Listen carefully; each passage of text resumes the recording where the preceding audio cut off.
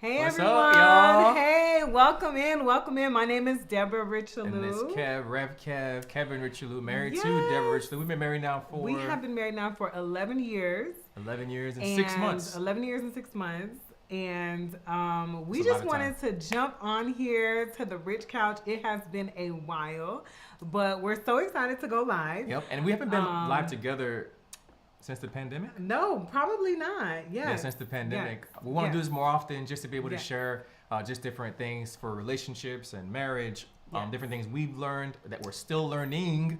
Still learning. And Still learning. we're just excited to be here. So when you join in, please let us know in the comments Yes. so we can connect with you. If you're rewatching this at a later date, Yes. that's fine as well. We hope that it still adds value to us as well. Shout out to Breon. Shout out to Tiffany. Tiffany put my Hunter, eyes on. good friend of ours. Hey, Yep, hey Tiffany. hope Hey, you and the family are Breon. doing Thank you well. guys for joining. Yep, hope you and the family are doing well. Shout out to Mr. Yan and you guys' precious baby. But we appreciate all of y'all for joining in, and I'm excited. You're excited, right? I am excited. Listen, it's going to be real transparent. We're going to be Yes. sharing a lot of different things just throughout this year, and we'll see where the conversation goes. So without Yes. further ado, let's get the Rich Couch started in Let's get 3, started. 2, 1. One. Let's go.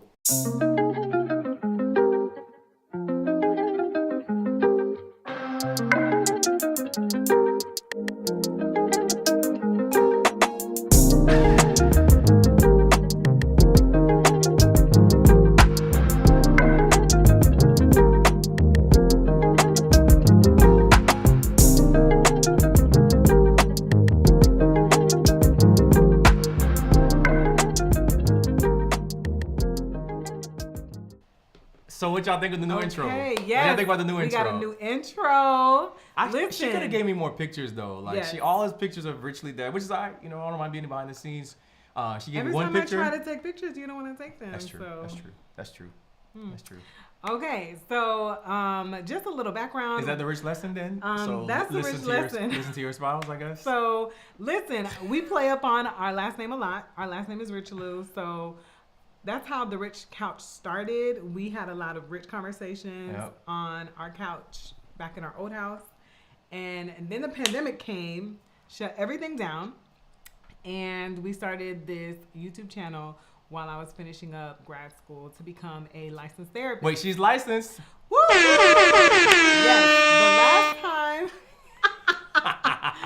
The last time I probably was on here, yeah, I wasn't licensed. So She's licensed, I y'all. received Finally, my so and that's a rich lesson. Listen, that is a rich if your lesson. spouse goes to school and gets a degree, Yes.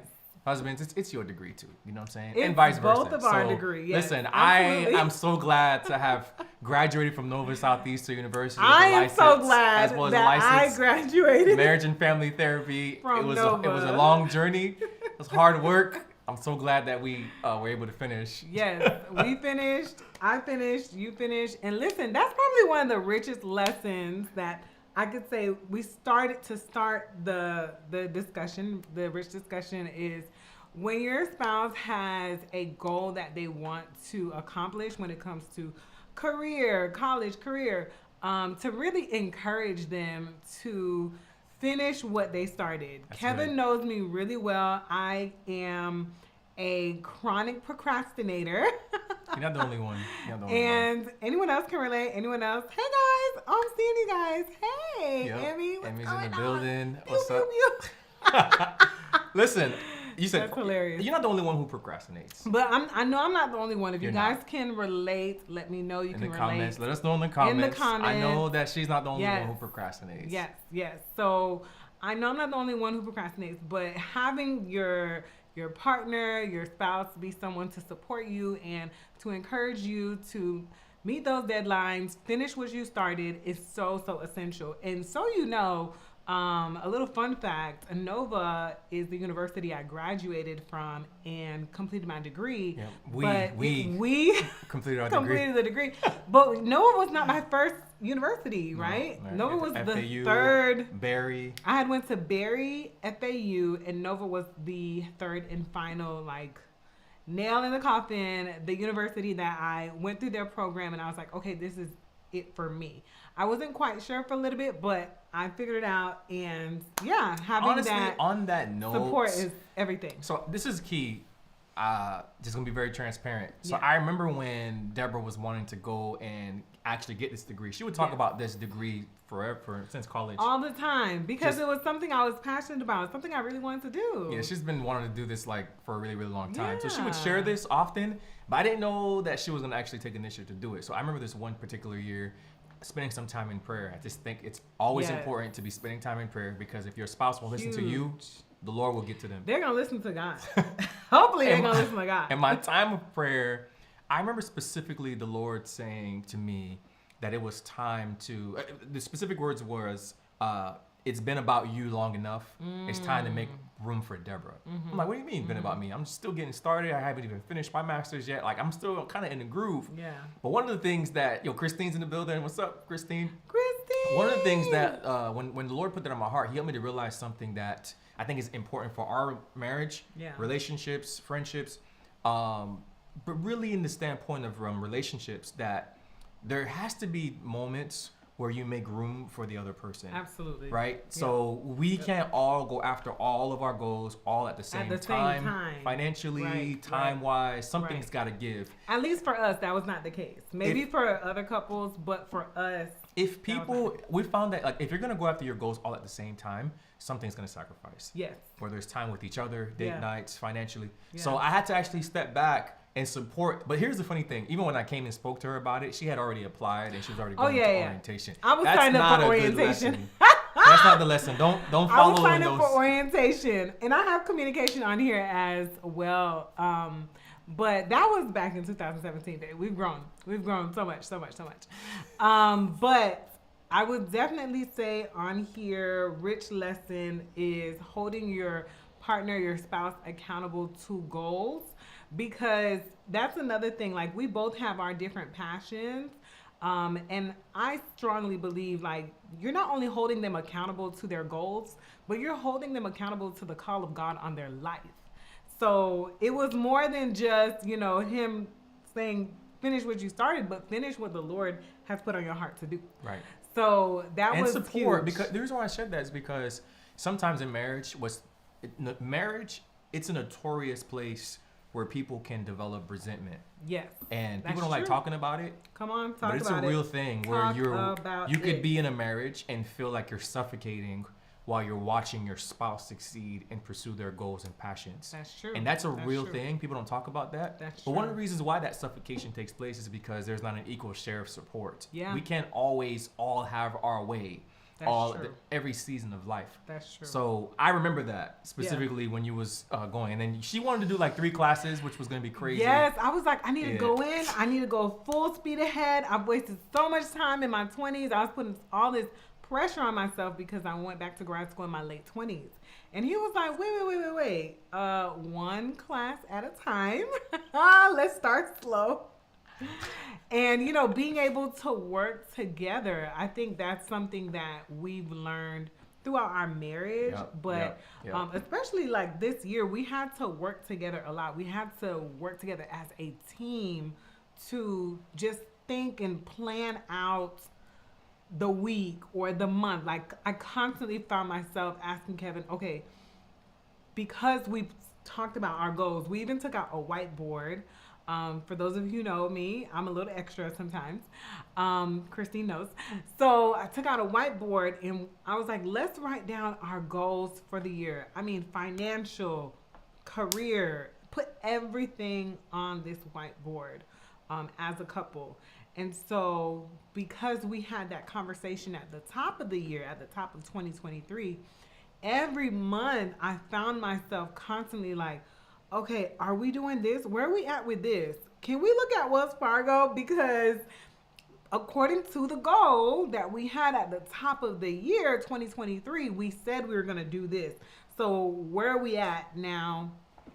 We're still here. Yes. Keep going. Where are we at now in February, March, April, May, June? Like, I constantly found myself doing that with him. Another lesson I'd add on to that is we sync our phone calendars. Stay on the goals for a second. Hold on. You're right. She's rushing. Hold on. No, I'm not rushing. Stay on the goals. It's with the goals. Stay on the goals. All right. Talk about goals for a little bit. Why are goals important, Deborah? Okay, so goals are important because goals give you direction. Goals give you direction for your life. It's similar to creating a vision board. We didn't create like a vision board with pictures, but essentially we created a vision board for what we wanted to see happen in the year 2023 for us as a couple. So, and the powerful thing about when you do that with a vision board with pictures, it gives you something to focus on. Or else, and if you don't have anything to focus on, you're like all over the place. And I can be very much that. Like, I don't know who in the couple or if you're like that as an individual, all over the place, but I can be what we call it a squirrel moment. Like, oh, maybe I should go do that. Oh, maybe I should go do this. Oh, maybe I should do this next.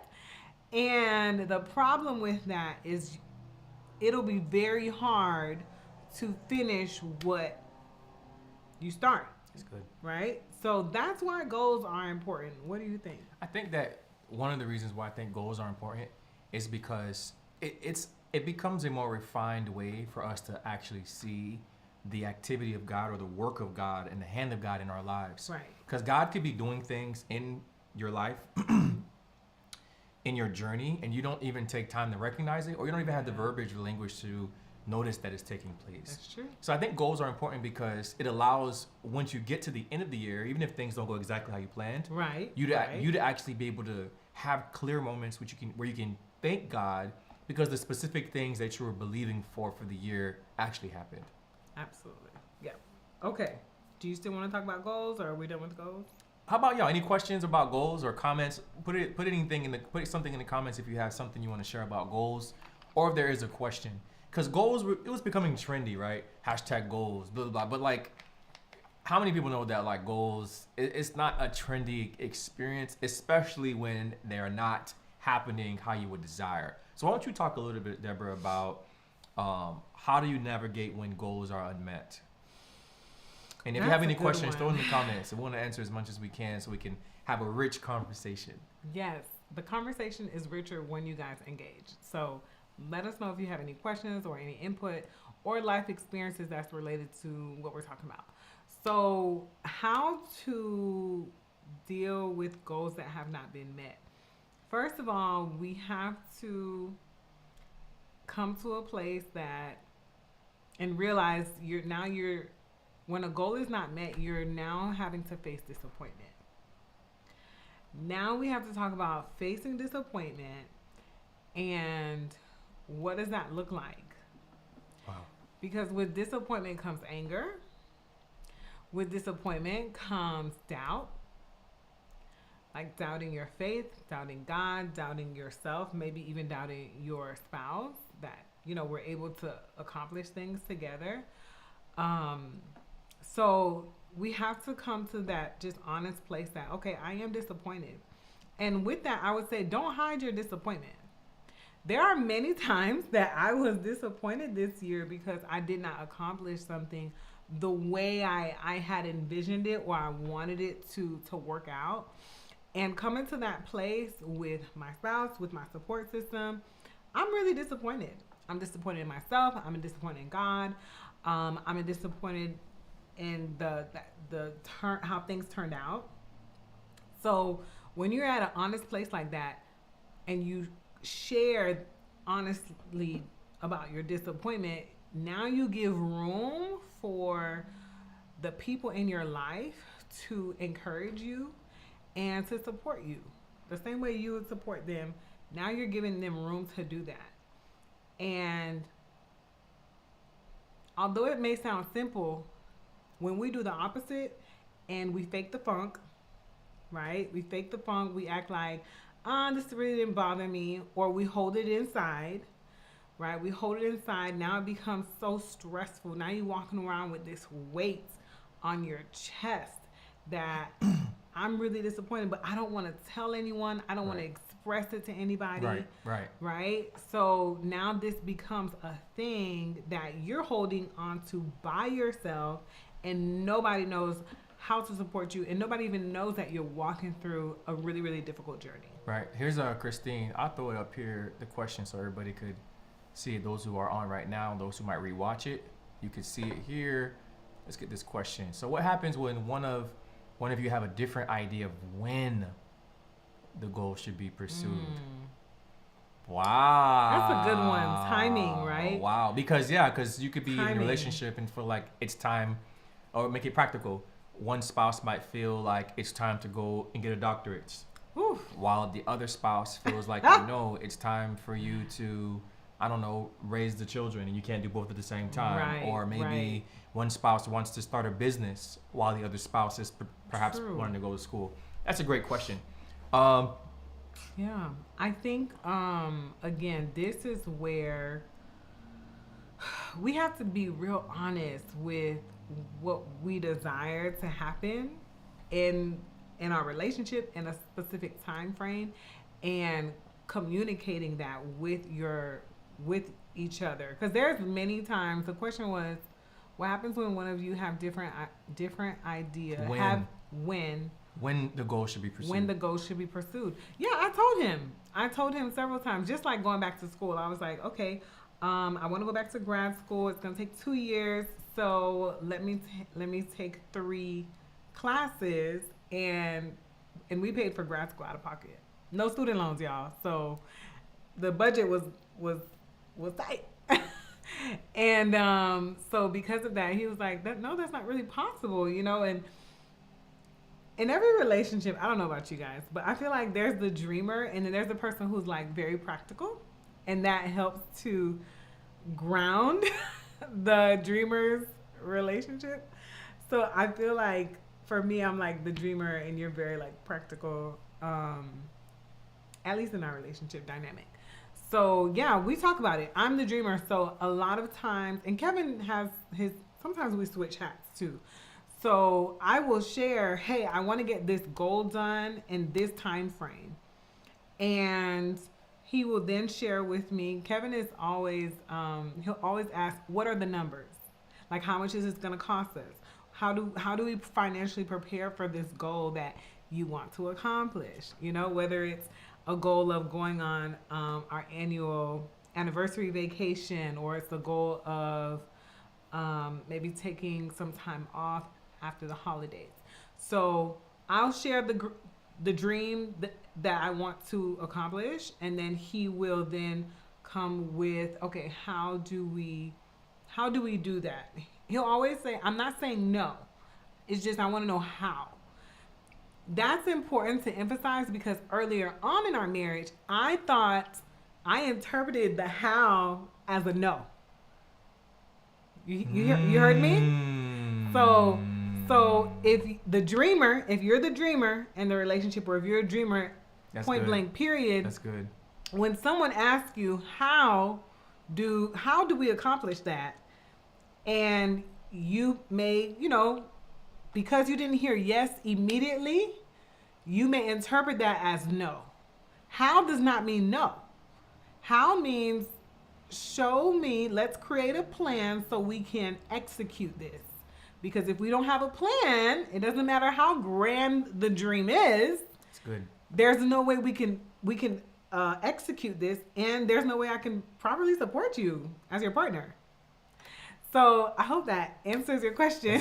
That's good. I think yeah, shout out Christine says opposites attracts. Yes. That's why we're good friends, Christine. Yeah, Brianna says wait, she's more introverted? She's like, okay, how? All you right, know. But yeah.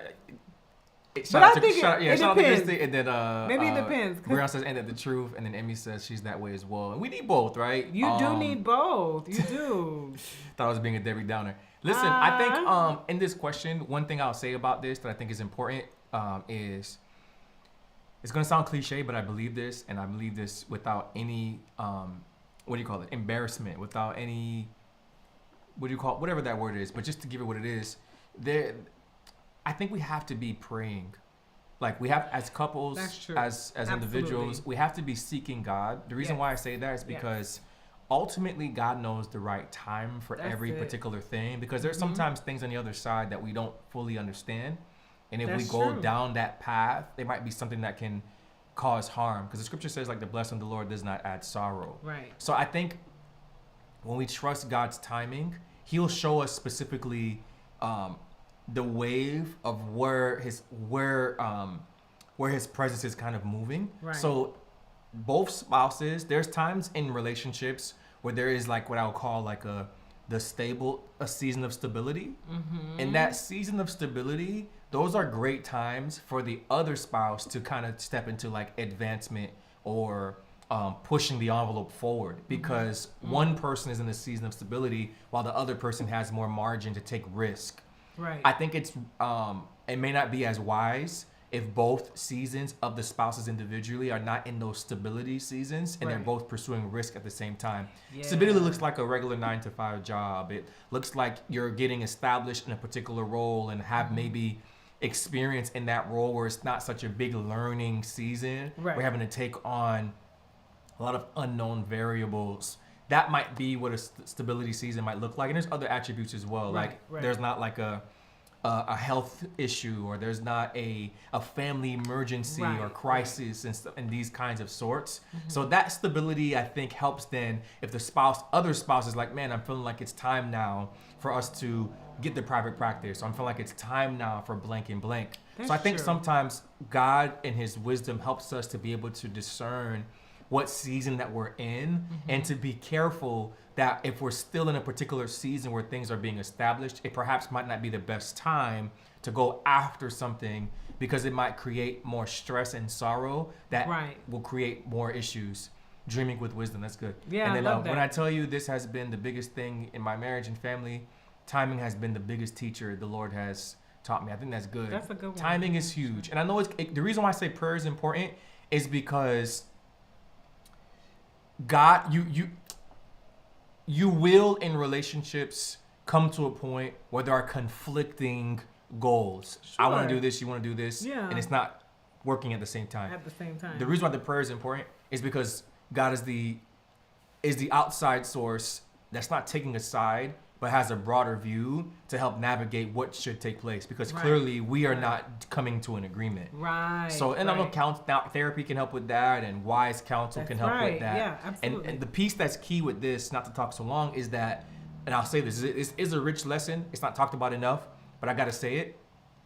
There are going to be seasons in your marriage, especially if you're developing a healthy marriage, where both spouses have to be okay. Deborah mentioned earlier how feels like no, but there are going to be some seasons where it is no, and the no might be like not now. It might not. It might be later. But both spouses in maturity have to be able to hear no and still be able to move forward in a good attitude and a good mindset, so that the marriage can continue to thrive and the relationship can continue to thrive. Right. So you will hear no sometimes. Yeah. It might not work, or the door might not be open, or that particular opportunity might not pan out. And that's okay as well, because your spouse is there to help kind of navigate through that particular season. Right. And when you hear that no, because sometimes your spouse is going to say, no, this is not a good time. This is not a good time for us. This is not wise for us. If you're struggling with hearing that no, that may just be an indicator that you need to take some time to process, pray, journal, maybe speak to your individual therapist about how you are processing the no, because you do need to process it, especially if you know it's becoming a barrier between the two of you, or it's even your own, your plan is like, okay, this is totally throwing off my plan. By now I would have accomplished this by now, but because you said no, this is throwing it off. So, and we've accepted as a couple that it's okay to have dreams that are to be obtained and actualized later in life. Yeah. Like we have, honestly, that's true.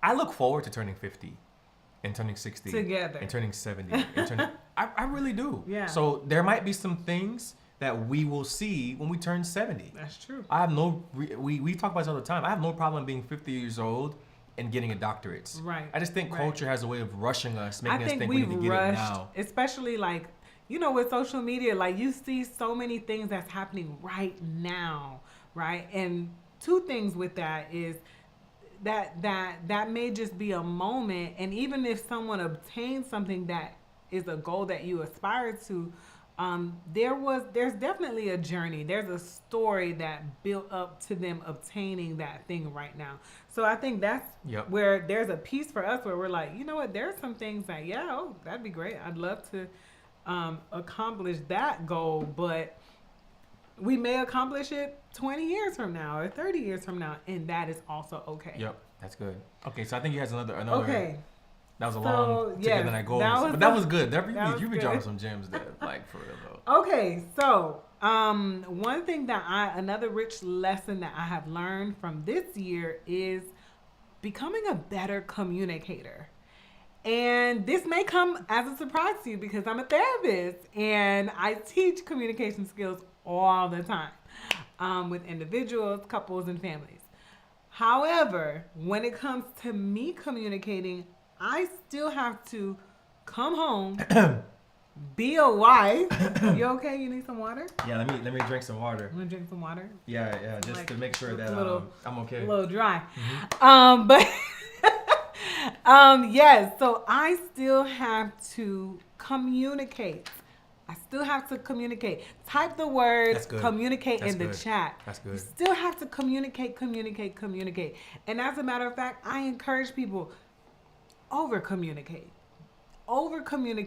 because right when you thought you over communicated, you probably communicated well. And what happens a lot of times is we under communicate, right? We under communicate all the time. Well, I thought you knew I put this on the family calendar. I thought you knew we're doing, this event with this person this weekend. You have to constantly communicate with your spouse, with your partner. And here's the thing. Don't just think, okay, communicate. That rich lesson. He said, Breon says, say that again. Think about it. Communication in its most pure, basic. You're about to drop some knowledge right now. I feel it. Basic definition is, I am a sender, right? There's a message. I'm going to use my notebook as I have a message. I would like to send to you. You are the receiver. Okay. I need to think about how does the receiver receive the message? And I definitely did not do that early on in the marriage. Wow, the EQ today. The EQ is The EQ is EQing, okay? I gotta give you a round of applause for that one. I gotta give you a round of applause for that one. Round of applause, please. Round of applause. But yes, so one of the rich lessons I would say I have learned this year, and I teach it to my clients as well, because I believe in practicing what I preach, okay? Is making sure the intent that I meant to send to the receiver, he receives it well. Because I can say, hey, I thought we were going to go meet up with this person this weekend. That's one way of doing it. Well, I thought we were going to go meet with this person, but clearly what I planned doesn't matter. It's the how. How is he supposed to receive that? What's good about that is when we communicate, like, I think I heard somebody say, many people communicate, few people connect. Yeah, I heard someone say that. Yeah, right. It's true. The point with communication I love is the idea of not how you want to say it, but how can the person best receive it. How they receive it. I think that's been easier said than done. But that's so really much what easier said than done. That's Brianna said something. I learned that this year too, Deb. I was good with talking to everyone but my wife. That's a rich lesson. And as you all know, I am a pastor on staff, so I hate to admit this, but I have my EQ moment too. You had your. Where you looking? You all right? You got glasses? Well, say what you need to say. Okay. Get it off your chest. I am embarrassed by this sometimes. That don't be embarrassed. You can be. I often, for me, it's easy to be more patient and more communicative with people in ministry or people in the congregation. That's true. Or people on staff. When I come home, maybe it's a depletion thing, you're tired, emotional, I don't know what it is, but it's like all of that goes out the window as far as communicating. And I'm introverted, so by the time I get home, I don't want to talk to anybody. I don't want to talk about my day. I don't want to process meetings I've been to. I just want to just disconnect. So my wife won't know that maybe I'm playing music. Maybe I'm going to the gym. Maybe I'm taking a walk. And she won't know at all. Matter of fact, to the point, she won't know how long. So I'll go and I'm gone for like 3 hours or something. She's like, where are you? I'm like, what do you mean? Like, I didn't tell you that I stayed and tried to play basketball or this. And she's like, no, you didn't say anything. Oh, right. You can't read my mind, right? So, Brianna, another rich lesson this year. Rich lesson. Your spouse cannot read your mind. Your boyfriend cannot read your mind. Your fiance cannot read your mind. Whoever you talking to. Your family cannot read. Nobody can read your mind. Okay, but the empathy though. Nobody. But the empathy there is like, you see me trying to, give excuses. Nobody but the can empathy read your is mind. like, man, sometimes the pressure of having to always be correspondent can create an exhaustion with that. True. To where it's like, man, I don't feel like saying what I'm doing or where I'm going. Right. Like, I don't feel like it. Like, I just want to just be Kevin. Yeah. But there's a dark side to that because then she may not have a clue what's going on, and there is no communication, and there's no connection. You gotta communicate to connect once you get home, because you're right. You leave from, for those of you who may or may not know, my husband is a pastor on staff, so you leave from that role, but you come home to the role of husband. So I'm expecting a husband when we get home. I'm expecting to communicate with my husband. You see the shade? Right? My husband. You see the shade? The shade. You see the shade? I didn't even... So here's the thing. But I had to learn to ask in a way that it was not as aggressive. Like, you're locked away in a room. I don't know what's going on. Like, I had to breathe. Say it with me. Breathe. And say, babe, how you doing? Everything okay? How was your day? And that has helped tremendously, because when I came in with that aggressive, like, where are you? What's going on? Like, you've been home for 2 hours and I don't know what's going on. That can cause someone to shut down. And then I just have to remind myself, girl, you a therapist. Use your therapist skills. And then he would share, I had a really draining day today. I had multiple hard conversations today. I had multiple meetings today. And he's like, I'm looking to find a way to have an outlet, which is, this is the keyboard right here, which is music for him. So again, this, how we did it, right? And sometimes I'm not gonna lie. Sometimes I throw some shade. You know, I'll be like, Sometimes hey, he does. you know, I think we need to reframe that. Reframe that. You know, like I am decompressing. I'm de-stressing. Yes, he would say, I'm de-stressing. I'm de-stressing. Like, that's I'm being cool. recharged. And you know Refueled. what's important? Another rich lesson this year was not to take things personal. That was a really big lesson, I think, for the both of us. Not to take things personal, because, not to be a hypocrite, I would have to, if I flipped out or if I had attitude, if I came with a petty tone. You okay? Yeah, I just need to get some water. Want some water? Mm-hmm. Drink some water? Okay. You said petty tone, right? Has to be careful. That's the part you were at. The part you were where you stopped The at was petty the petty tone. Listen. That's where you left off. Share this with your petty friend, okay? Share this with your petty queen friend that you want to help out, or, you know, save this. Share it for someone who needs it. Okay, so you were talking, you were petty. But yes. That's where you ended off at. So not taking things personal, because when you know someone has had a rough season, a rough week, a long day, right? Then you're able to say, you know what? That's not directed towards me. Just like there's days where, yeah, I would have a petty tone because I had a really hard day or a hard couple of days, or I'm really stressed out about something, and he would ask me to cook or do something domestic, and I'm like, I have purpose. What do I look like cooking and cleaning and doing all these things? Like, that's our joke in our house. So I would have to humble myself, breathe. Everybody say breathe. Breathe. Breathe. Humble myself. Step 1, breathe. Step 2, humble myself. And step 3, share that, you know what? I totally came at you the wrong way. That was misdirected. Amen. The pettiness Amen. was Amen. misdirected at Amen. you, when I really should have either talked about what I was going through or find a healthy way, a healthy outlet to express myself. So I've learned a lot of humbling lessons this year.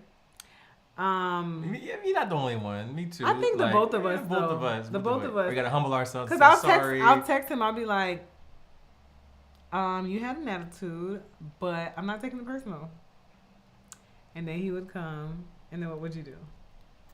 I'll apologize. He'll apologize.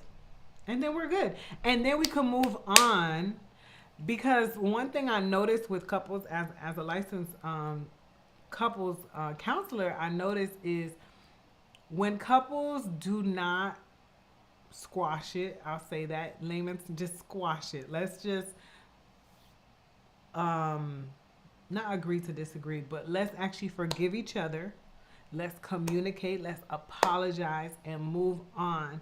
What happens is, it's like one offense piles onto another offense, piles onto another offense, piles onto another offense, piles onto another offense. What we call it in couples therapy is emotional injury. So you have an emotional injury that piles onto another emotional injury, that piles onto another emotional injury, it just keeps piling on until there's a blow up. And when we do communicate, we're fighting and we're cussing and screaming at each other, and you know, really hurting, causing more hurt and damage to the relationship. Talk about the and I know we're gonna go soon. Talk about the difference between assertive and aggressive communication. Okay, I'll share this, and then we are done for tonight. We'll share a few things after that, and Okay. then quick quick things just to kind of give some resources Yes. that helped us this year. Absolutely. And then we'll wrap up there. But share about that. So, okay, when it comes to communication, because I said this word a lot, and I preach the word communication because I really believe it can help so many issues in relationships. Sorry, guys. Communication. Every relationship has wants and needs. Kevin has wants and needs in the relationship. I have my wants and needs in the relationship, right? How we express it falls into three different styles. So you have passive communicators will put their partner or their family's needs before their needs. That's good. Right? You asked me to take you to the doctor's to a doctor's appointment last minute. And this is where passive aggressive kind of comes in there. I have a full day ahead of me. I didn't know I needed to take you to the doctor's appointment, but I'll help you out. Passive communicator, they're communicating that they will help you, but they're also communicating that they're putting their needs on the back burner and your needs go first. Aggressive communicators are the total opposite. Aggressive communicators they're very much my way or the highway when it comes to their needs and their wants. Aggressive communicators can cut you off. They sometimes use humiliating or demeaning language. So same example, but with an aggressive communicator, are you kidding me? Or they might say something else. Like, are you stupid? Like, don't you see I have a full day booked of sessions? I'm not taking to no doctor's appointment. You're dumb to even ask, right? And so it may sound harsh, but that's what an aggressive communicator does. They're not putting your needs and wants above theirs. No way. Now, an assertive communicator will respect your needs and your wants and their needs and wants. An assertive communicator, for example, same example, will say, hey, I have a full day ahead of me. Keep going. I have a full schedule ahead of me, and I didn't know you had a doctor's appointment. I would love to help you out. Is there any way you could reschedule your appointment so I can take you tomorrow? So the assertive communicator, they're going to respect their needs and their wants. They're going to respect your needs and your wants. And you'll always see there is a mutual respect in how they communicate. They won't put their needs and their wants on the back burner. They won't humiliate you, but they will respect you in their communication. So it's important to think about, what kind of communicator are you? What kind of communicator am I? And how can that cause a rub or friction in our relationship? For the most part, I'm an assertive communicator. I think so. In our relationship, you could be aggressive sometimes. I can be aggressive. So when you're aware of that, you have to just be aware that, okay, all right, bring it in, reel it in. How can you say what you need to say? How can you send a message, but it is respectful, right, and considerate of the other person. Right. This is a random one, and then we'll start wrapping up here. We'll put up some music for the closing. Yes, we're about to close. We're gonna close. This is the key. We should probably do a whole conversation on this. I think it's important sometimes, like as a spouse, to give your spouse the space to carry and to be. How do I say this? God has gifted your spouse to be able to handle certain things, and certain things that you might think is too heavy. God has equipped them for it. It's not because of this man or woman. It's just period. Where there's life experiences, gifts, different things. Let me say this way. There is an aspect of gender roles that plays in that.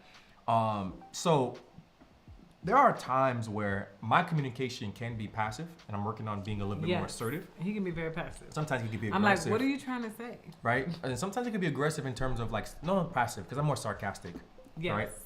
It's something I'm working just on. keep in mind, sarcasm is not an effective way. It's not. It's passive aggressive. Yeah. So, for example, this is a real story.